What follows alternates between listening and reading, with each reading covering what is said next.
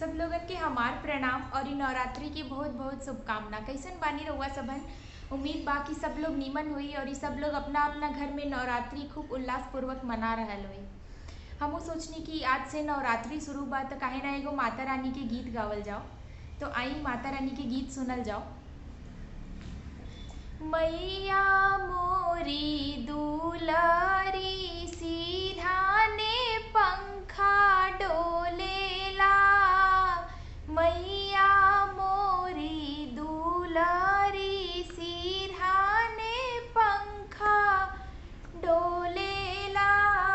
मैया मोरी दुलारी सिरहाने पंखा डोलेला। मैया के मांगे सिंदूरा शोभे टीकावा बिराजेला।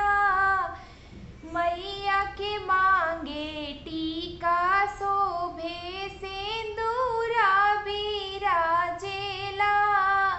मैया मोरी दुलारी सिरहाने पंखा डोलेला। मैया के हाथे कंगना शोभे चूड़िया बिराजेला। मैया के हाथे कंगना शोभे चूड़िया बिराजेला। मैया मोरी दुलारी सिरहाने पंखा डोलेला। मैया के तन पर साड़ी शोभे लहंगा बिराजेला। मैया के तन पर साड़ी शोभे लहंगा बिराजेला। मैया मोरी दुलारी सिरहाने पंखा डोलेला।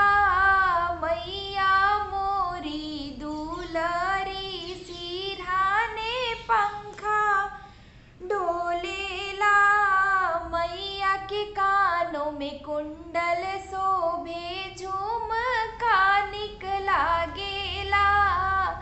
मैया के कानों में कुंडल शोभे झुमका निकला गेला। मैया मोरी दुलारी सिरहाने पंखा डोलेला। मैया मोरी दुलारी सिरहाने पंखा डोलेला। मैया के पाँव में पायल शोभे आलता निकला गेला। मैया के पाँव में पायल शोभे आलता निकला गेला। मैया मोरी दुलारी सिरहाने पंखा डोलेला।